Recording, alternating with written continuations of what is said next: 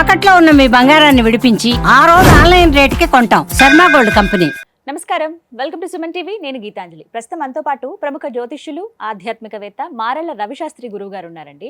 గురువుగారి గురించి ఒక మాటలో చెప్పాలంటే, సాధారణంగా మనం ఎవరైనా ఒకళ్ళిద్దరు గురువుల్ని కలిస్తేనే అది అదృష్టంగా భావిస్తాం. అలాంటిది వారు దగ్గర 500-600 మంది గురువులను ప్రత్యక్షంగా కలిసి వారితో ఇంటర్వ్యూలు తీసుకుని మనకు వారి పట్ల ఇంకా భక్తి పెరిగే విధంగా, అలాగే ఆధ్యాత్మికంగా మనం మన జీవితంలో ఇంకా ఉన్నతికి ఎదిగే విధంగా వారి ఇంటర్వ్యూస్ దోహదపడ్డాయంటే అది ఖచ్చితంగా అతిశయోక్తి కాదు. ఇది మరొకసారి వారి సమయం అడిగాము. వారు ఎంతో మంచి మనసుతో అంగీకరించారు. ఇవాళ మెడిటేషన్ గురించి చాలా అమూల్యమైన విషయాలు తెలుసుకుందాం. గురుగారితో మాట్లాడదాం. గురుగారు నమస్కారం అండి. నమస్తే అమ్మా. గురుగారు, ధ్యానానికి సంబంధించి మాకున్నటువంటి సందేహాలు నివృత్తి చేస్తున్నారు. ఇందులో భాగంగా ధ్యానం గురించి మాట్లాడినప్పుడు అండి, ప్రతి ఒక్కరికి ఒకే విధంగా అనుభవం ఉండదు. మెడిటేషన్లో కూర్చుంటే నాకు ఈ విధంగా జరిగింది, నాకు ఇలాంటి ఎక్స్పీరియన్స్ ఉంది, నాకు చాలా బ్యాడ్ ఎక్స్పీరియన్స్ ఉంది, లేదు చాలా బాగుంది, ఇలా రకరకాలుగా ప్రతి మనిషికి ప్రత్యేకంగా ఉంటుంది. ఎందుకు ఇలా ఉంటుంది? ఇది మన గుణాలతో సంబంధించిందా, లేకపోతే ఇంకా వేరే ఏమన్నా ఇతరత్ర సమస్యల వల్ల ఇలా జరుగుతుందా? అసలు అది సమస్య కాదా? ధ్యానం వల్ల ఒక్కొక్కరికి వారి వారి స్థితులను బట్టి అనుభవాలు వస్తాయి. మనము చిన్నపిల్లలు ధ్యానం చేస్తున్నారనుకోండి, వాళ్ళకి హ్యాపీగా వారి అనుభవాలు ఈజీగా వస్తూ ఉంటాయి. అలాగే పెద్దవాళ్ళు చేస్తున్నారనుకోండి, వాళ్ళ ధ్యానంలో కొంత వాళ్ళ మురికంతా కనుక్కోవాలి కదా, ముందర ఉన్న పాస్ట్ అంతా మురికంతా క్లీన్ అవ్వాలి. మైండ్లో ఉన్నటువంటి అంటే ఆలోచనల పుట్టలన్నీ క్లియర్ అవ్వాలి. ఆ క్లియర్ అవ్వడానికి టైం పడుతుంది. ఇంకొకరికి కొంత టైం పట్టవచ్చు. ఒక్కొక్కరికి ఎట్లాంటి అనుభవాలు బేసికల్గా వస్తాయంటే, చిన్నపిల్లలు కానీ ఫస్ట్లో వాళ్ళకి కలర్స్ కనపడటం, డిఫరెంట్ కలర్ షేడ్స్ కనిపిస్తూ ఉంటాయి. అలాగే ఆ కలర్స్ వల్ల చాలామందికి ఎల్లో కలర్, కొంతమందికి గ్రీన్ కలర్, కొంతమందికి ఉంటుంది. అంటే రంగును బట్టి కూడా ఉంటుంది. డిఫరెన్సెస్ ఉంటాయి, వాళ్ళ వాళ్ళ స్థితులను బట్టి ఉంటుంది. ఇప్పుడు ఎక్కువ గ్రీనరీని లైక్ చేసే వాళ్ళకి గ్రీన్ కలర్ ఉంటుంది. ఎక్కువ యాంబిషియస్ పీపుల్కి ఎల్లో కలర్ కనిపిస్తూ ఉంటుంది. ఆ తర్వాత తెలియకుండానే వాళ్ళ బాడీ మొత్తం కూడా ఈ బ్రహ్మరంధ్రం నుంచి విశ్వశక్తి రావటం గమనిస్తూ ఉంటారు. ఇక్కడ నుంచి ఒక మనకి లోపలికి శక్తి రావటం అనేది గమనిస్తూ ఉంటారు. అలా విశ్వశక్తి రావటం మన 72,000 నాడుల్లోకి వెళ్ళేటప్పుడు అవి ఏం చేస్తూ ఉంటుందంటే, ఆ నాడుల్లోకి వెళ్ళేటప్పుడు అక్కడక్కడ చీమలు పాకిన ఎక్స్పీరియన్స్, ఏదో చీమలు ఎక్కినాయి, ఏదో దోమలు తిరుగుతున్నాయి అన్నమాట, ఏదో పాకిన ఎక్స్పీరియన్స్, ఇట్లాంటివి ఉంటాయి అన్నమాట. ఆ తర్వాత కొంతమందికి ఉన్నట్టుండి ఒళ్ళు నొప్పులు వస్తాయి. ఎందుకు అంటే ఆ ఎనర్జీ వెళ్ళి ఒక చేతిలోకి వెళ్ళింది. ఆ చేతిలో అతనికి అంత ముందర ఏదో దెబ్బ తగిలి ఉంటుంది, మనకు పైనుంచి నొప్పి పోయి ఉంటుంది, ఆ మజిల్లోనో ఎక్కడో లోపల ఉంటుంది కొంత. అది 60s తర్వాత పాత నొప్పులన్నీ బయటపడ్డాయి అంటారు మనకు సహజంగా. ఎప్పుడో చిన్నప్పుడు తగిలిన దెబ్బలు నొప్పులు బయటపడ్డాయి. అది లోపల హీల్ అయి ఉండదు పూర్తిగా, ఆ నాడుల్లో ఎక్కడో ఉంటుంది డ్యామేజ్. ఆ డ్యామేజ్ దగ్గరికి వెళ్ళినప్పుడు అది కదిలిచ్చినప్పుడు తెలియకుండా ఆ నొప్పులు ఓపెన్ అవ్వటం అట్లా జరుగుతూ ఉంటుంది. ఆ జరిగినప్పుడు ఆ నొప్పులు రావటం, ఒళ్ళు నొప్పులు ఉన్నాయంటాం. అలాగే కొంతమందికి బాడీ హీట్ అవుతూ ఉంటుంది. అందుకనే సహజంగా ధ్యానం ప్రారంభించే ముందర ఒక గ్లాస్ నీళ్ళు తాగాలి, అయిపోయిన తర్వాత ఒక గ్లాస్ నీళ్ళు తాగాలి. ఇది సహజంగా గురువులు చెప్పేటటువంటి జనరల్ టెక్నిక్.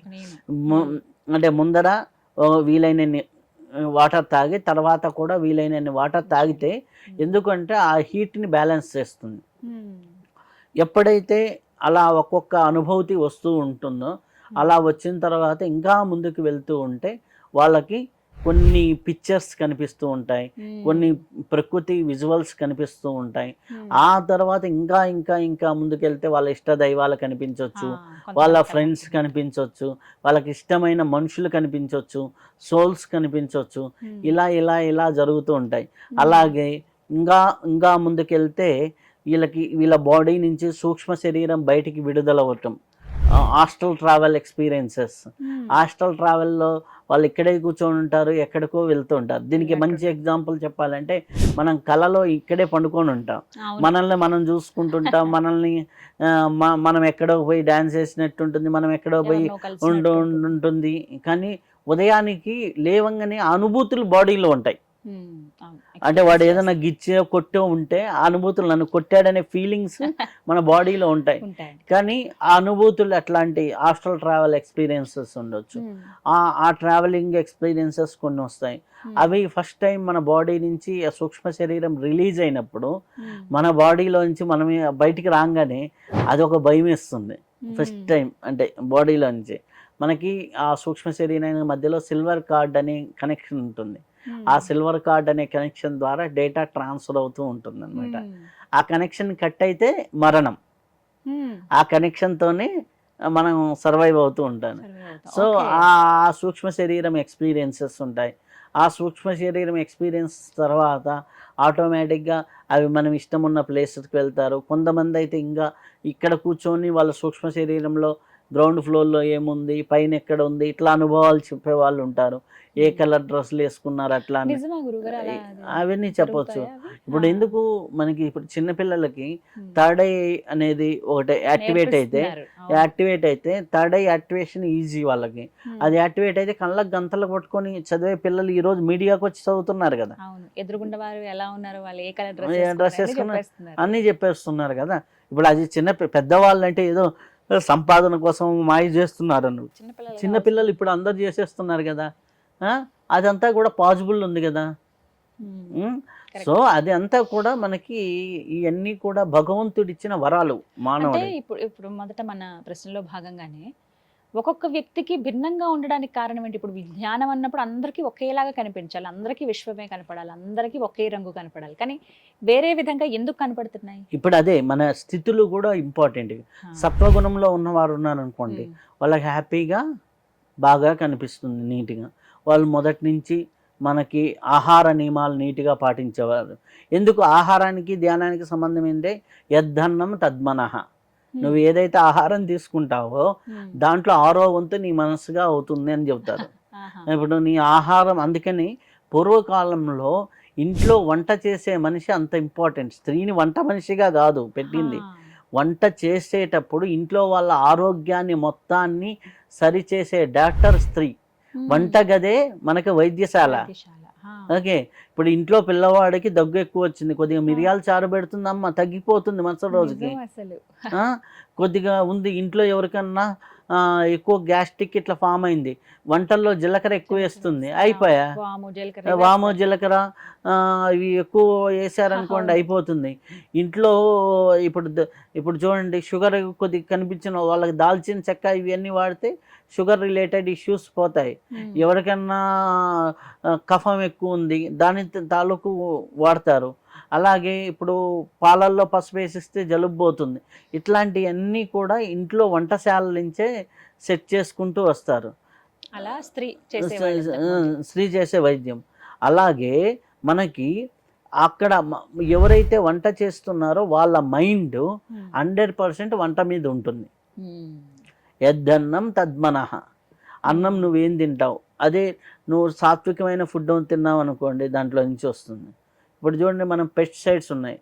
ఒక గింజ పండేటప్పుడే ఆ గింజకి ఏమి ఉంటుందో పక్కన పురుగుల్ని చంపితే కానీ నువ్వు బతకలేవని ఫార్ములాని నువ్వు అక్కడే నేర్పిస్తున్నావు. ఆ తిన్న మనుషులు ఏమవుతున్నారు, పక్కన వాళ్ళని తొక్కితే కానీ నువ్వు బతకలేవనే స్థితికి వస్తున్నారు. అదే మన శరీరంలోకి వెళుతుందంట అనమాట.